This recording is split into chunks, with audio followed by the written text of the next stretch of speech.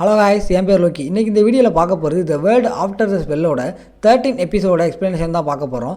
12th எபிசோட explanation பார்க்காதவங்க link டிஸ்கிரிப்ஷனில் கொடுத்துருக்கேன், போய் செக் பண்ணிவிட்டு வாங்க. இந்த வீடியோ பிடிச்சிருந்தா மறக்காமல் லைக், ஷேர் அண்ட் சப்ஸ்கிரைப் பண்ணிடுங்க.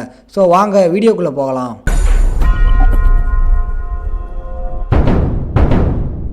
இருந்தாலும் அவன் அது முக்கியம் இல்லைன்னு முடிவு பண்ணி தன்னோட கத்தியை உருவுறான். ஒரு நிலையான அசைவோட அவன் கத்தியை அந்த உயிரினத்தை நோக்கி நீட்டுறான். அவன் முடிக்கிறான். கடைசியில் இதனால் எந்த வித்தியாசமும் வரப்போகிறது இல்லை. தன்னோட கையை உயர்த்தி ஜுவான் ஒரு பிளாஸ்ட் ஆஃப் எனர்ஜியை பாய்ச்சுறான். அந்த வெடிப்பு மான்ஸ்டரோட முகத்தில் சரியா தாக்குது. பின்னோக்கி தூக்கி வீசப்பட்ட அந்த கிரியேச்சர் உடல் அந்த தாக்குதலால் சிதைஞ்சு போகுது. அதோட தலை தரையில முழுசா அசையாம விழுது. அதோட மிச்சம் இருந்த கண்ணுல இருந்து ஒரு டார்க் லிக்விட் வழியுது. ஒரு தூரத்து மெமோரியல் சீன். 2 பேர் பனிமூடன காட்டு வழியா ஓடுறாங்க. நிகழ்காலத்துல ஜுவாங் மழை பெய்ய ஆரம்பிச்சதை கவனிக்கிறான். மலை துளிகள் வீழ்ந்த உயிரினம் மேல விழுது. ரத்தத்தை கழுவுது. கொஞ்சம் கொஞ்சமா அந்த மான்ஸ்டரோட உடம்பு தூசியா மாறி மறையுது. கத்திய சீத்திங்ல போட்டுக்கிட்டு அவன் அந்த உயிரினம் நிஜமா என்னன்னு யோசிக்கிறான். உறுதியான அடிகளோட அவன் மலையில தொடர்ந்து நடக்கிறான். அந்த பார்ல இருக்கிற யாருக்காவது ட்ரீம் டிமானோட இருப்பிடம் தெரிஞ்சிருக்கலாம்னு நம்புறான். தனியா அவன் கூட்டங்களுக்கு நடுவுல நடக்கிறான். புயல் அவனை பின்தொடர வாட்ச்மேன்கள்ல ஒருத்தன் கிட்ட வராதுன்னு அவனை வார்ன் பண்றான். ஆனா ஜுவானுக்கு மினோ இன்னும் உடம்பு சரியில்லாம இருக்கிறான்னு தெரியுது. திடீர்னு இன்னொரு சோல்ஜர் அவனை நோக்கி ஓடி இன்ஸ்பெக்டர் ஜேவியர்னு கூப்பிடுறான். கூட்டங்களுக்கு நடுவுல ஒரு ஆள் கார்டனை தரையில கண்டுபிடிச்சு கோட்டை அலாரத்தை ஒலிக்க செய்யன்னு உத்தரவு போடுறான். அவளோட தோலை இறுக்கமா பிடிச்சுக்கிட்டு ஜுவாங் அவளை அடக்க முயற்சி பண்றான். ஒரு பலவீனமான குரல்ல மினோ அவன்கிட்ட என் கஷ்டத்தை முடிச்சு வையின்னு கேக்குறா. அவ கெஞ்சிரா, என்னால நானே இருக்க முடிகிற இந்த நேரத்துல இத செஞ்சிடு. அவன் அவளை கட்டி பிடிக்கிறான். இந்த பொண்ணு ஒரு மனுஷன்னு தனக்குத்தானே ஞாபகப்படுத்திக்கிறான். அவளோட சிரிச்ச முகத்தோட இமேஜ் அவன் மனசுல வந்து போகுது. ஏன் என் சந்தேகம் சஸ்பீஷியன் தடுமாறுதுன்னு அவனுக்கு புரியல. அவனுக்கு ஏன்னா அவ பக்கத்துல இருக்கிறப்போ மறதி மறையுதுன்னு புரியல. இருந்தாலும் அவனோட கை அவனோட கத்தியோட பிடிக்கி போகுது. அவன் தனக்குத்தானே சொல்லிக்கிறான், என் பயணத்துல எமோஷன்ஸுக்கு இடம் இல்ல, நான் தயங்க மாட்டேன். ஆனா கிளார் குறுக்கிட்டு பொருன்னு கத்துறா. அவ சொல்றா, இன்னும் நேரம் கை மீறி போகல, நாம அவளை ஹாஸ்பிட்டலுக்கு கூட்டிட்டு போகணும். கிட்டத்தட்ட அலற நிலையில அவ இன்னும் கொஞ்ச நேரம் மட்டும் பொருன்னு கெஞ்சரா. தற்காலிகமான மேக்ஷிப்ட் ஒயிட் டென்ஸ் கீழே வாட்ச்மேன்கள் ஒரு தற்காலிகமான கட்டிடத்தை காவல் காக்குறாங்க. கிளார் கேக்குறா, மினோ பிழைப்பாளா? ஒரு குரல் பதில் சொல்லுது, டிரான்ஸ்பர்மேஷன் தொடர்ந்தா எந்த நம்பிக்கையும் இல்ல. அப்போ சரியா ஜுவான் நகரம் முழுக்க ஒரு அலாரம் ஒலிக்கிறத கேக்குறான். கோர்கன் அவன் ஒரு லெவல் 4 எச்சரிக்கை விடப்படுது. கோட்டையில ஹாஸ்டில் கிரியேச்சர் தோன்றிடுச்சுன்னு எச்சரிக்குது. அந்த பீதிக்கு நடுவுல மக்கள் உடனே வெளியேறுங்க எவக்கேட்னு அறிமுகப்படுத்துறதால ஃப்ரஸ்ட்ரேஷன்ல ஓடுறாங்க. ஒரு ஆள் ஒரு வாட்ச்மேன் கிட்ட வந்து நாங்க எங்க போகணும்னு கேக்குறான். திடீர்னு அந்த சோல்ஜரோட உடம்பு வீங்க ஆரம்பிக்குது. ஒரு பயங்கரமான உருவமா மாறுது. பிளாக் டென்டக்கிள்ஸ் அவனோட உடம்புல இருந்து வெடிச்சு அந்த சிவிலியன்ஸ் மேல பாயுது. முழுசா உருமாறின அந்த வாட்ச்மேன் கரங்களால மூடப்பட்ட ஒரு உயிரினமா ஆகுறான். அந்த மான்ஸ்டரோட உடம்புல இருந்து ஸ்மால் விங்டு கிரியேச்சர்ஸ் கூட்டமா வெளியே வருது. நகரத்தோட இன்னொரு பகுதியில வீரர்கள் அந்த குழப்பத்துக்கு நடுவுல அந்த அப்ரிசியேஷன் எதிரா தைரியமா சண்டை போடுறாங்க. நீளமான முடியும் பெரிய கத்தியும் வச்சிருக்க ஒரு ஆள் தூரத்துல இருந்து அந்த சண்டையை வேடிக்கை பார்க்கறான். கிளார் ஜுவான் கிட்ட வந்து மினோ பேசிக்கிட்டு இருந்த ஆள் நீதானான்னு கேக்குறா. அவனை நீ இந்த உலகத்தோட விதிகளை மதிக்காம யார் மனுஷன் யார் இல்லைன்னு நீயே முடிவு பண்றேன்னு குற்றஞ்சாட்டுறா. ஆனா அவன் பதில் சொல்றான், உன்ன மாதிரி ஆட்களை எனக்கு நல்லா தெரியும். இதுக்கு முன்னாடி நான் சிலரை பார்த்திருக்கேன். மென்மையா கிளார் மினோவோட தலையை தொட்டு, மக்கள் இக்னோரன்ஸ் இங்க அடாப்ட் ஆகல, வேற வழி இல்லாதால லேக் ஆஃப் சாய்ஸ் ஆனாங்கன்னு சொல்றா. ஜுவான் அவளை திருத்துறான். அவங்க கிட்ட இல்லாதது தைரியம். ஆர்வமா கிளார் கேக்குறா, அது என்ன மாதிரியான தைரியம்? அவன் விளக்குறான், ஹையர் ஐடியல்ஸ், ஒரு கிரேட்டர் ஜஸ்டிஸ் தேடுறதுக்கான தைரியம். அவ முடிக்கிறா, அப்போ நீ இதைத்தான் தேடுறியா? இதை புரிஞ்சுக்கிற அளவுக்கு எனக்கு தைரியம் இல்லைன்னு ஒத்துக்கிற கிளார், ஆனா எனக்கு ஒரு விஷயம் தெரியும்னு சொல்றா. கிளார் சொல்றா, சரியா இதுதான் உன்னை டேஞ்சரஸ் ஆக்குது. அவ ஒத்துக்கிறா, நீ போகக்கூடாதுன்னு நான் ஆசைப்பட்டாலும் நீ போகணும். அந்த டாஸ்மார்க்காரி விளக்குறா, நீ இங்க இருக்கிறதே மக்களுக்கு நம்பிக்கையை கொடுக்குது.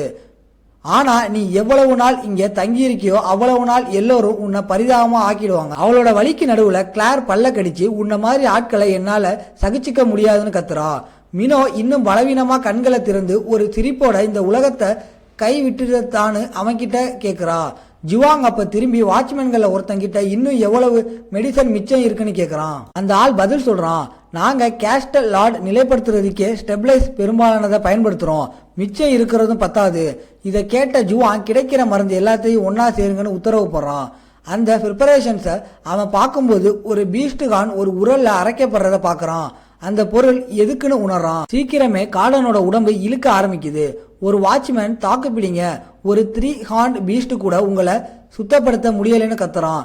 ஜுவான் கேட்குறான், இந்த உருமாற்றத்தை திருப்பி சரி பண்ண ஒரு வழியும் இல்லையா? கேப்டன் அவனை முறைச்சி, பதில் தெரிஞ்சிருந்தா நாங்கள் இதை செஞ்சுக்கிட்டு இருப்போம்னு நினைக்கிறியான்னு கோபமாக கேட்குறான். ஃப்ரஸ்ட்ரேஷனில் அந்த யங் மேன் அந்த ஆளோட காலரை பிடிக்கிறான். அவன் அப்போ காலனோட முகத்தை தொட்டு அவனை எழுப்ப முயற்சி பண்ணுறான். கேப்டன் அவனோட இந்த திமிருக்காக அவனை திட்டுறான். ஆனாலும் அந்த ஆள் அந்த காட்சியை பார்த்துக்கிட்டே சும்மா முணுமுணுக்கிறான். கால்டன் சுயநினைவுக்கு வரான்.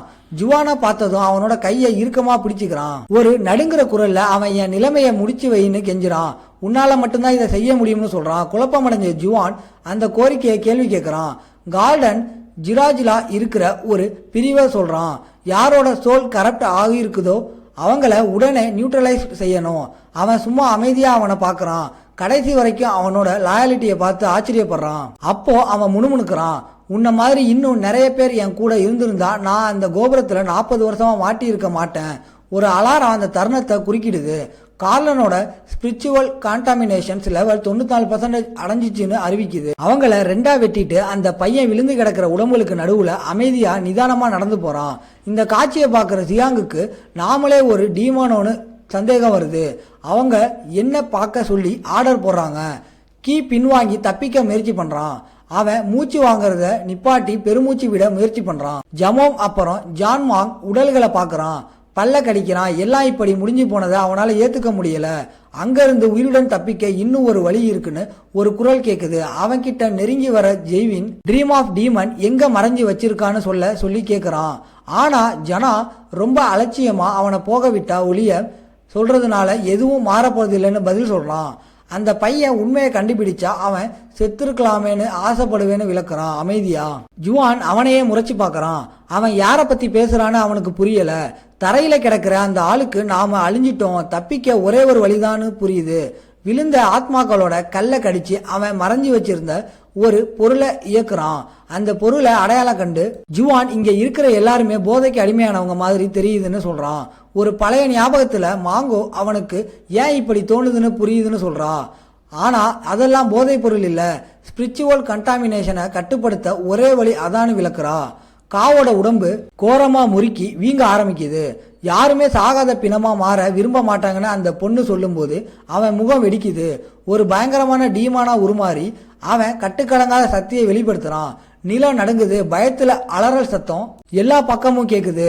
பயந்து போன மக்களுக்கு முன்னால எழுந்து நின்று அந்த டீமன் அவனோட இறைகளை பார்க்கறான். ஒரு கொடூரமான தாக்குதல்ல கூட்டத்துக்குள்ள மோதுறான். ஒரு பயங்கர அடியில பலரை தரையில தூக்கி வீசுறான். இரக்கமே இல்லாம தன்னோட தாக்குதலை தொடர்றான். குத்தி தப்பிக்க வழி இல்லாத மக்களை கொள்றான். அந்த மிருகத்தோட கண்ணு இருட்டுல பிரகாசமா ஜொலிக்குது. அப்போதான் அதுக்கு புரியுது, தன்னை சுற்றி இருக்க உலகம் சாகாத பிணங்கள் நிறைஞ்ச ஒரு பாலா போன இடமா மாறிடுச்சு. வானத்துல இருக்கிற ஒரு உருவத்தை அண்ணாந்து பார்த்து அந்த டீமன் இப்படி ஒரு உலகத்துல மானத்துக்கு என்ன மதிப்புன்னு கேள்வி கேக்குது. ஜெயிச்சிட்டதா அறிவிச்சு இனிமே தனக்கு என்ன வேணுமோ அதை செய்ய முடியும்னு சொல்லுது. அதோட ரெட் ஐஸ் இருட்டுல இருந்து முறைச்சு பார்க்கிற ஒரு ஜோடி கோல்டன் ஐஸ் சந்திக்குது. அந்த மிருகம் ஜவானை பார்த்துட்டு அவனை முட்டாள்னு திட்டி தாக்க பாயுது. ஆனாலும் அந்த பிளாக் கைகள் காத்த கிழிக்குது. ஆனா அவன் மேல படல. எந்த அசைவும் இல்லாம ஜுவான் அந்த தாக்குதலுக்கு நடுவுல நிக்கிறான். அவன் மேல எதுவும் படல. அவனோட கோல்டன் ஐஸ்ல இருந்து ஒரு பிரகாசமான ஒளி வருது. இதோட இந்த எபிசோட் முடியுது. உங்களை நான் அடுத்த எபிசோட்ல பாக்குறேன். இந்த வீடியோ பிடிச்சிருந்தா மறக்காம லைக், ஷேர் அண்ட் சப்ஸ்கிரைப் பண்ணிருங்க.